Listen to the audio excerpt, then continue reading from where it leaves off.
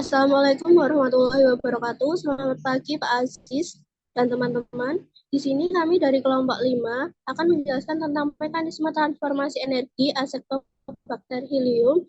Kami yang beranggotakan saya sendiri, Pujani Ningrum Apriani, NIM K4521067.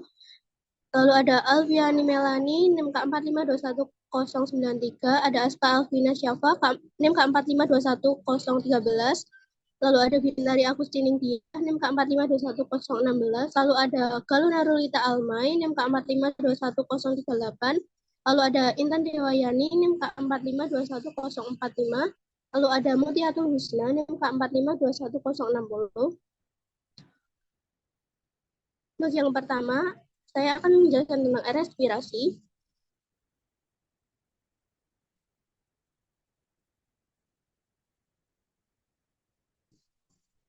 Acetobacter helium adalah bakteri aerobik obligat yang memiliki metabolisme berbasis oksigen.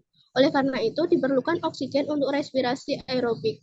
Mereka untuk mengoksidasi substrat seperti glukosa untuk memperoleh energi dan mengkonversi glukosa menjadi selulosa. Untuk tahapan dari respirasi sendiri, yaitu di sini ada 4 tahap pada Acetobacter helium karena merupakan respirasi aerob. Ini yang pertama ada tahap glikolisis, di mana pada tahap glikolisis di sini itu inputnya berupa glukosa dan menghasilkan output atau produk berupa asam piruvat, 2 ATP dan juga 2 NADH. Lalu untuk tahapan berikutnya yaitu tahapan dekarboksilasi oksidatif dengan input berupa 2 asam piruvat dan menghasilkan produk berupa 2 asetil-CoA, 2 CO2 dan 2 NADH. Lalu untuk tahapan yang ketiga yaitu tahapan siklus Krebs. Di sini inputnya yaitu menggunakan 2 asetil-CoA dan menghasilkan produk atau output berupa 2 ATP, 4 CO2, 6 NADH dan 2 FADH2. Lalu untuk transport elektron yang merupakan tahap terakhir sini yaitu inputnya berupa 10 NADH dan 2 FADH yang menghasilkan produk yang diubah dan menghasilkan produk menjadi 34 ATP dan 6 H2O.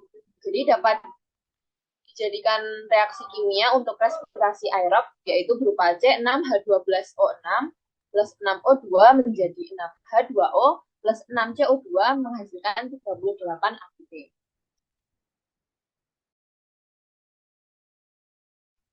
Selanjutnya itu ada feedbacknya. Feedbacknya yaitu Acetobacter helium ini menggunakan respirasi aerob yang membutuhkan oksigen dalam pertumbuhannya. Bila kekurangan oksigen, bakteri ini akan mengalami gangguan dalam pertumbuhannya dan bahkan akan segera mengalami kematian. Acetobacter helium ini dapat tumbuh dengan baik pada kondisi aerob, yaitu perlu adanya oksigen bebas dari udara dan dalam suasana asam, pH 3-4. Acetobacter helium ini termasuk bakteri aerob yang membutuhkan oksigen yang dapat hidup dengan baik pada lingkungan dengan kondisi asam. Acetobacter helium ini dapat tumbuh dan berkembang pada pH 3 hingga 5 namun lebih optimal pada pH 4,3.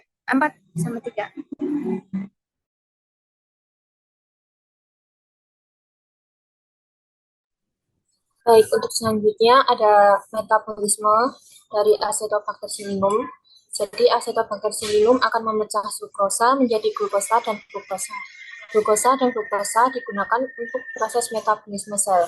Acetobacter helium akan mengeluarkan enzim yang mampu mempolimerisasi atau menyusun senyawa glukosa dan fruktosa menjadi polisakarida atau selula ekstraseluler.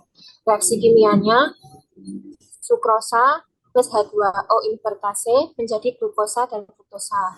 Lalu glukosa plus ATP menjadi glukosa 6 fosfat plus ADP. Lalu glukosa 6 fosfat menjadi glukosa 1 fosfat. Lalu UTP plus glukosa 1 fosfat menjadi UDP glukosa plus PPI. Lalu UDP glukosa plus glukosa N-selulosa sintase menjadi UDP plus glukosa N plus 1. Nah, selanjutnya untuk mekanismenya yaitu bahwa glukosa dimetabolisme oleh enzim-enzim yang ada dalam starter air kelapa tersebut menjadi polimer selulosa melalui jalur pentosa fosfat, UDP glukosa pirofosfat. merupakan prekursor sintesis selulosa dan polimerisasi glukosa dilaporkan terjadi dalam media ekstraseluler oleh sintesis selulosa. Pada proses sintesis ini, selulosa dikeluarkan keluar media sel oleh selulosa sintase. Selanjutnya ada feedback. Nah, proses metabolisme ini merupakan reaksi enzimatis, di mana reaksi tersebut berarti melibatkan peranan enzim.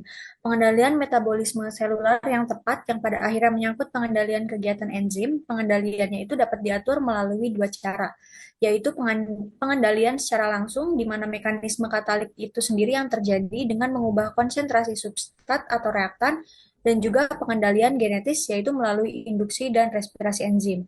Nah, suhu yang merupakan suhu optimal untuk Acetobacter pseudomonas itu berada pada 26 sampai 28 derajat Celcius, di mana jika terjadi kenaikan suhu di atas suhu tersebut atau di atas suhu 50 derajat, nantinya tidak dapat meningkatkan reaksi yang dikatalisir oleh enzim, tetapi justru menurunkan atau menghentikan reaksi tersebut. Nah, hal ini disebabkan nantinya enzim tersebut akan rusak sehingga enzim tersebut tidak dapat bekerja.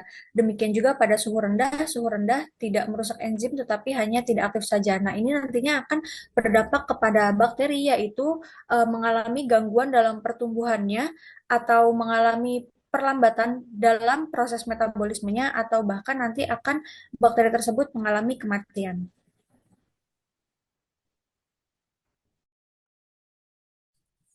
Kemudian dalam metabolisme Acetobacter pseudomonas yang mampu mengubah glukosa menjadi selulosa tersebut, jika sumber karbon dan nitrogen disuplai sesuai takaran dan diserap oleh bakteri, maka produk selulosa mikrobial tidak akan mengandung gula.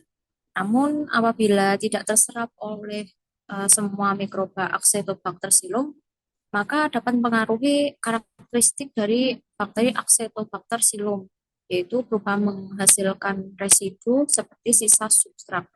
Nah, residu atau sisa substrat akan larut dan hilang pada proses pembersihan atas. Saya kembalikan ke Puja. Mungkin cukup sekian presentasi dari kelompok kami.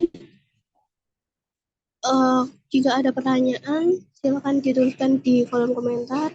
Wassalamualaikum warahmatullahi wabarakatuh.